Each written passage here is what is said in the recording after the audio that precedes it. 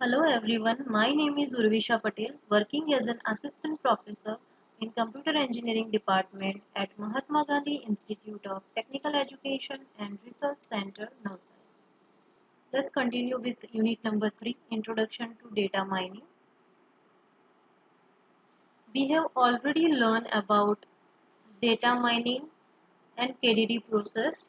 Today we are going to learn what kind of data can be mined, data mining architecture, data mining functionalities, and data mining task primitives. First is what kind of data can be mined. Data mining can be applied on any kind of data, but data should be meaningful for a target application. The most basic forms of data for mining applications are database data, data warehouse, and transactional data. First is database data. A database system, also called database management system. It consists of a collection of interrelated data known as a database and a set of software programs to manage and access the data.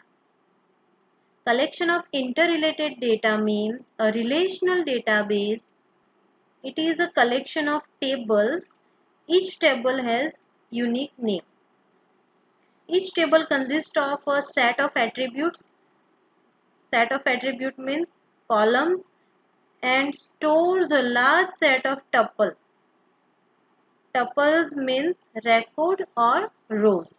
Each tuple represents an object which is identified by a unique key and described by a set of attribute values. A software programs used to define database structure and data storage. A semantic data model such as ER model is constructed for relational databases. It is used to represent the database as a set of entities and their relationships. Relational data can be accessed by relational query language such as SQL. Next is a data warehouse. A data warehouse is a repository of information which are collected from multiple sources and stored under a unified schema and at a single site. If organization had a data warehouse, task would be easy. We have already learned about data warehouse, right? It is constructed via a process of data cleaning, data integration, data transformation, data loading, and periodic data refreshing. Examples: stock market, DMart, Big Bazaar, etc. Next is transactional data. Transactional database consists of a file where each record represents a transaction. Transactions include transaction identity number, that is transaction ID, and a list of items making up the transaction, such as item purchased in a store. A transactional database may have additional tables which contain other information related to the transaction. Other kind of data like time related or sequential data, data stream, spatial data, engineering design data, hypertext and multimedia data, graph and network data, web data. Example of time related or sequential data are historical records, stock exchange data, and time series data. Data streams examples are video surveillance and sensor data, which are continuously transmitted. Spatial data means maps data. Engineering design data like the design of buildings, system components, or integrated circuit. Hypertext and multimedia data means so this data include text, image, video, and audio data. graph and network data like social and information networks, and last is a web data. Next topic is data mining architecture. Data mining architecture. First, database are collected from data warehouse, www, and other information repository into database or data warehouse server by applying the method like cleaning, integration, and selection. After collecting the data into data warehouse, next is data mining engine. Data mining engine plays essential role in the data mining architecture. It consists of functional module and methods for different tasks like characterization, association, correlation analysis, classification and prediction, cluster analysis, outlier analysis. Next is a pattern evaluation. This component consists interestingness measure and interact with the data mining modules. So it focuses in the search towards interesting patterns. Knowledge base. Knowledge base is the domain knowledge that is used to guide the search or evaluate the interestingness of resulting patterns. Such knowledge can include concept hierarchy, used to organize attributes or attribute values into different level of abstraction. And last one is graphical user interface. By using this interface, user can interact with the system. So first, databases are collected by applying cleaning, integration and selection into the database or data warehouse server. After that, data mining engine has a methods to perform the different functions like correlation, association, cluster, etc. Next is a pattern evaluation. Pattern evaluation is used to measure interestingness measure and interact with the data mining modules. Knowledge base. Knowledge base can include concept hierarchy and used to organize attributes or attribute values into different level of abstraction. And last one is graphical user interface. Data mining functionalities. Data mining functionalities are characterization and discrimination, mining frequent patterns, association and correlations, classification, cluster analysis, and outlier analysis. These are the functionalities of data mining. Characterization and discrimination. Let's start with that data characterization. In data characterization, summarization of the data of the class under study. That class is called target class. Next is a data discrimination. By comparison of the target class with one or set of comparative classes. That is called contrasting classes. Here we are summarizing the data and give one class label. That class is called target class, and here we are comparing the value of the target class with one or set of comparative classes. That is called data discrimination.